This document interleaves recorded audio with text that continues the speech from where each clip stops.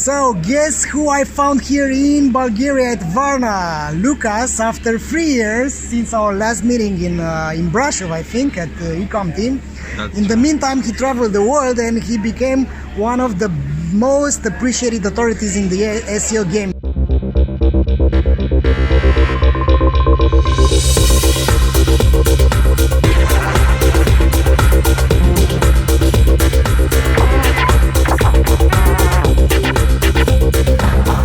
There is a story behind. I was a musician and I wanted to play drum and bass.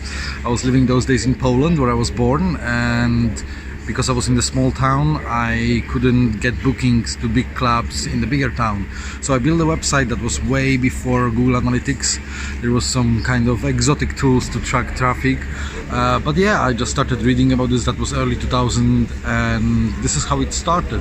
Then my website started appearing on the keywords that I wanted to rank for. I started generating traffic, and then the booking came, and I was thinking like, well, this is a cool game, so let me keep music on the side, and that will be my hobby, and SEO will be my job.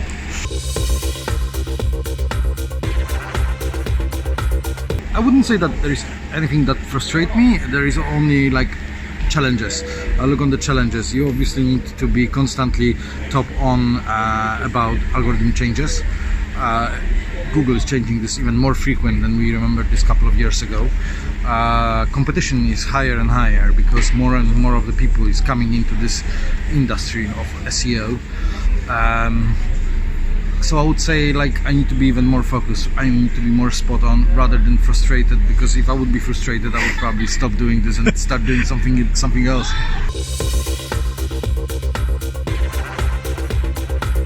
I would like to give your audience a couple of things that they can really take home and they can implement. First of all, Keyword Hero. That's an amazing piece of software that can marry data from Search Console and Google Analytics together, so you can start tracking your conversions through e-commerce and you can know what keywords really are delivering this growth. The second thing I will be talking this today about is a gap analysis. Right now you have SEMrush, for example, which can perform this for you, but you can go much deeper. You can start doing gap analysis based on categories, so what categories your competitors have and you are missing, and based on this you can start influencing a business owner to get into areas that they were not thinking to get in. So for example, you may have men's clothing e-commerce platform that is performing quite well, but the competitors are performing better. Why? Because they are also in the female fashion and your client is not. So you may say like, listen, that's the good moment to start talking if we should not go into the female fashion as well, because there is a huge demand. And I have another client which is in the gaming industry. So the demand around games should define what is your content strategy, not a content strategy first and then trying to rank, trying to get traffic. Rather, you need to reverse that process. So I would say these two things, keyword magic, keyword hero and gap analysis, that is something that I would recommend to go with. For last year I was working on my own as a consultant, and this is super exciting. I just left my full-time job where I was working for 6 years as an SEO director. Right now I'm an SEO consultant, predominantly working from home. What excites me the most it is that I can work pretty much from every place around the world. I'm going in December for 2 months to India, where part of my family is from, and I will be there working, I will be there enjoying the weather, and yeah, this is probably the most beautiful part of the industry we are operating, that you can be independent from the area that you are working from. I have more and more these questions these days. I remember these questions 10 years ago, and somehow voice search didn't click, you know. And I can imagine why. Main reason why voice search is so strange to replace the typing or tapping is that when you're using voice search, you're removing a lot of privacy. Everyone can hear what you're tapping, everyone can hear what you're saying to the device. When you're tapping, you are behind a kind of curtain.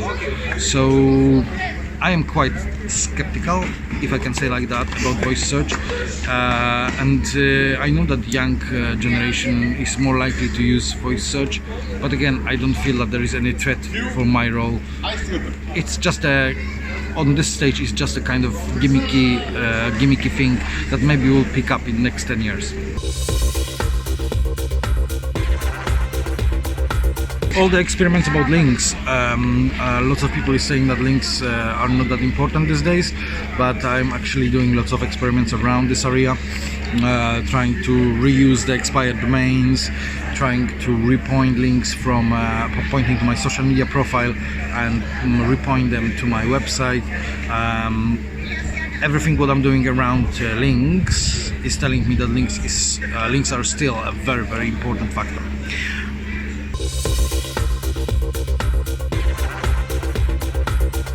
Absolutely yes. Absolutely yes. You know, this era when pumping links was giving you a good traffic is already in the past. I think you need to think much broader. So you need to think about specifically who is your audience. And for example, gaming industry is a good example.